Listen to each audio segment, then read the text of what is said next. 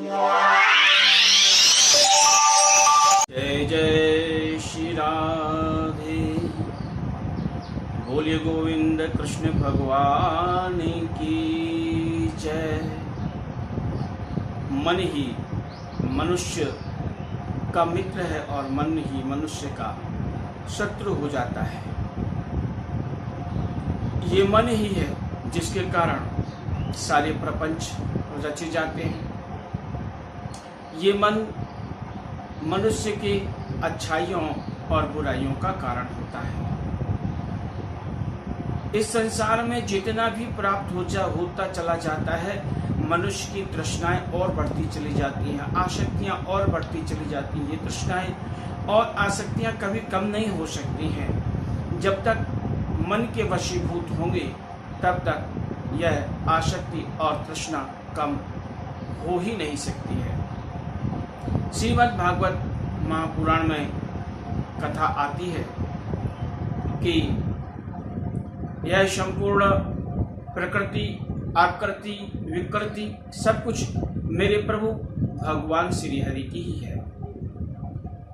यह मन, इसे जिस पात्र में डालो वही पात्र इसके लिए छूटा हो जाता है और यह उससे बड़े पात्र की डिमांड कर बैठता है।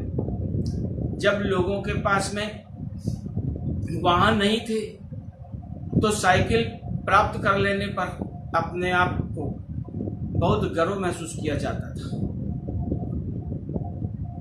पर्याप्त हो जाने पर मोटर व्हीकल आ गए और फिर दो पहिया वाहनों से मन भर गया और पाने की चाहत हुई और फिर चार पहिया वाहन, पहले साइकिल, मोटरसाइकिल, कार और अब प्लेन। इसके बाद भी लोगों का मन नहीं भरता है। एक कमरे का मकान जिसका नहीं होता उसके मन में आकांक्षा होती कि मेरा एक कमरे का भी छत होता तो मैं सुकून से रहता। जिसका एक कमरे का मकान होता है उसके मन में इच्छा होती कि कम से कम 4 कमरे का मकान होता। और इस तरह से फिर सुविधाएं बढ़ती चली जाती हैं, वह कम नहीं होती और अंतोगत्वा वही सुविधाएं, वही आसक्ति हमारे मन के कारण कष्टों का कारण होता है। ये मत्स्य, मीन हमेशा बढ़ता चला जाता है।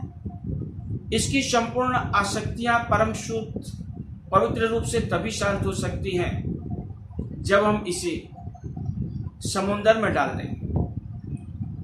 यह शरीर ऐसा मटका है जिसमें 9 छेद हैं। 9 छेद के मटके में कितना ही जल भरो वह खाली ही होगा। लेकिन यदि इस 9 छिद्र वाले मटके को समुद्र में डाल दिया जाए, बड़े जलाशय में डाल दिया जाए, तो वह कभी खाली नहीं होगा, भरा की भरा होगा।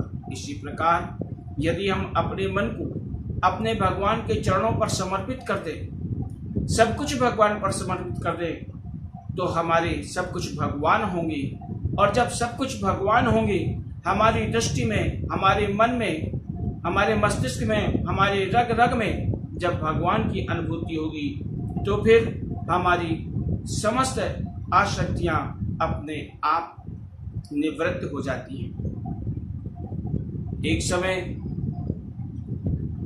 जब ब्रह्मा जी की रात्रि का कालीन प्रारंभ हो रहा था, ब्रह्मा जी को नींद आ रही थी, जमाई आती है, उनके मुख से वेद निकलते हैं जिसे हयग्रीव चुरा करके और पाताल लोक पर चला जाता है। भगवान श्री हरि हयग्रीव की इस चेष्टा को जान लेते हैं। द्रविड़ देश में राजा सत्यव्रत, जो कि मात्र जल पीकर और प्रभु की वंदना में लगे हुए रहते थे, परम संतुष्ट थे, वे एक समय भगवान श्री नारायण का ध्यान करते हुए कर्कमाला नदी पर स्नान करते हैं और जैसे ही डुबकी लगा करके और एक जलांजलि लेते हैं, उनके उस अंजलि में एक छोटे सी मछली आ जाती है। उस मछली को देखकर राजा उसे उस नदी में प्रवाहित करने लगते हैं। उसी समय बहुत ही कोमल वाणी से वह मत्स्य कहती है कि हे राजन, आप तो बड़े दयालु हैं। इस नदी के जलजीव से मुझे बहुत भय व्याप्त हो रहा है। हे राजन, यहाँ के जलजीव मुझे छोड़ेंगे नहीं, इसलिए आप मुझे अब फिर से इस नदी पर प्रवाहित मत कीजिए। राजा उसकी विनम्र कोमल मधुर वाणी को सुनकर के और उसे अपने कमंडल के जल में लेकर अपने आश्रम चले जाते हैं। सत्यव्रत राजा अपना तप योग जब साधन करते हैं और जब निशा व्यतीत तो होती है तो प्रातःकाल जब ब्रह्म मुहूर्त में राजा अपना ध्यान योग से निवृत्त होते हैं तो उन्होंने देखा कि वह मत्स्य बड़े ही करुण स्वर से कह रही है कि हे राजन, मुझे यहाँ बहुत ही घुटन हो रही है।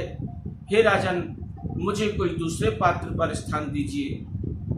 राजा उस मत्स्य को दूसरे पात्र पर स्थान देते हैं। जिस जिस पात्र पर जिस जिस स्थान पर राजा उस मत्स्य को स्थान देते हैं वह उसी के आकार का स्वरूप बना लेता है और फिर वही करुण स्वर में प्रार्थना करने लगता है।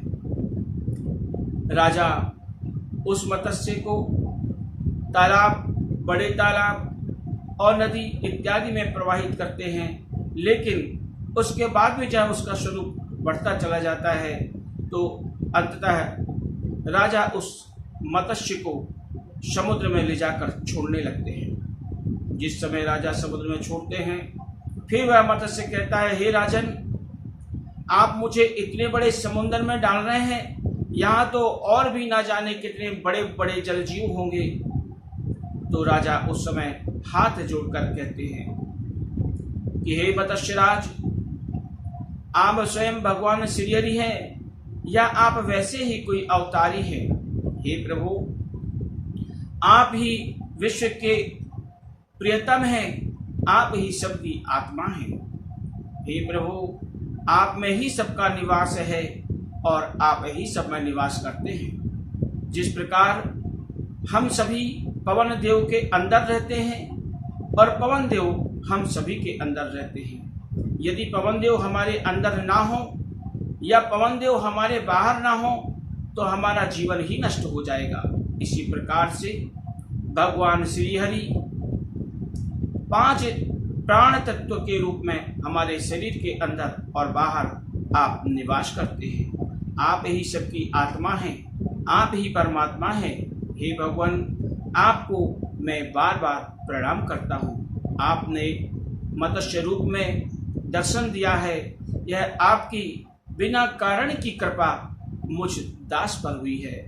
जब इस प्रकार से राजा उस मत्स्यराज से प्रार्थना करने लगते हैं तो मत्स्यराज भगवान श्री हरि उस राजा से कहते हैं कि हे राजन, यह आज के 7 दिवस बाद ब्रह्मा जी की रात्रि प्रारंभ होगी। समुद्र अपनी मर्यादाओं को तोड़ देंगे और संपूर्ण स्थान पर प्रलय हो जाएगा। संपूर्ण मंडल अंधकार में डूब जाएंगे। उस समय आपके सम्मुख एक बहुत बड़ी नाव आएगी। आप उस नाव में समस्त धन धान्य जीव जंतुओं को लेकर सप्तऋषियों के साथ में विराजमान हो जाना। और जब समुद्र का जल आंधी तूफान के कारण बड़ी बड़ी लहरों पर उठने लगेगा, उस समय आपकी नाव डगमगाने लगेगी। तब मैं इसी रूप में आपके सम्मुख आऊंगा।